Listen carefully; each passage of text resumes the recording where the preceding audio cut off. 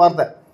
அந்த ஒரு பாஸ்டர் ஏதோ ஒரு சர்ச்சில் பிரசங்கம் பண்ணுறாராம். 3000 பேர் முதல்ல ஞானஸ்நானம் எடுத்தாங்க இல்லையா? இந்த 3000 பேர் ஞானஸ்நானம் எடுத்தவங்களையும் அந்த ஒரே ஒரு மாடியாட்டு அறையில் என்ன முக்கி எடுக்கிறதுக்கு இடமா இருந்தது, அதனால தெளிப்பு ஞானஸ்நானம் தான் கொடுத்துருப்பாங்க அப்படின்னு சொல்லி சொன்னதாட்டு ஆனால் இங்கே வச்சு அந்த வீட்டில் வச்சு தான் இடம் சொன்னாங்க.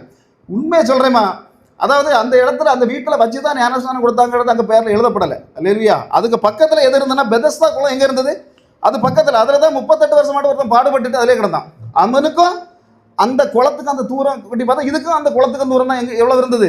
அந்த குளம் இருந்தது. அதுக்கு அடுத்தது பார்த்தா அது பக்கத்தில் சீலோவாம் குளம் இருந்தது.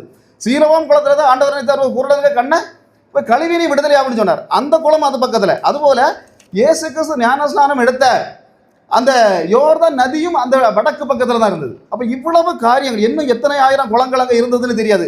நிச்சயமாக எடுத்த ஸ்நானம் என்னது? மூழ்கி ஞானஸ்நானம் தான். இயேசு கிறிஸ்து பார்த்தீங்கன்னாக்கி இயேசு கிறிஸ்து எங்கே இருந்தார்? அந்த ஒரு வசனத்தை வாசிங்க. மார்க்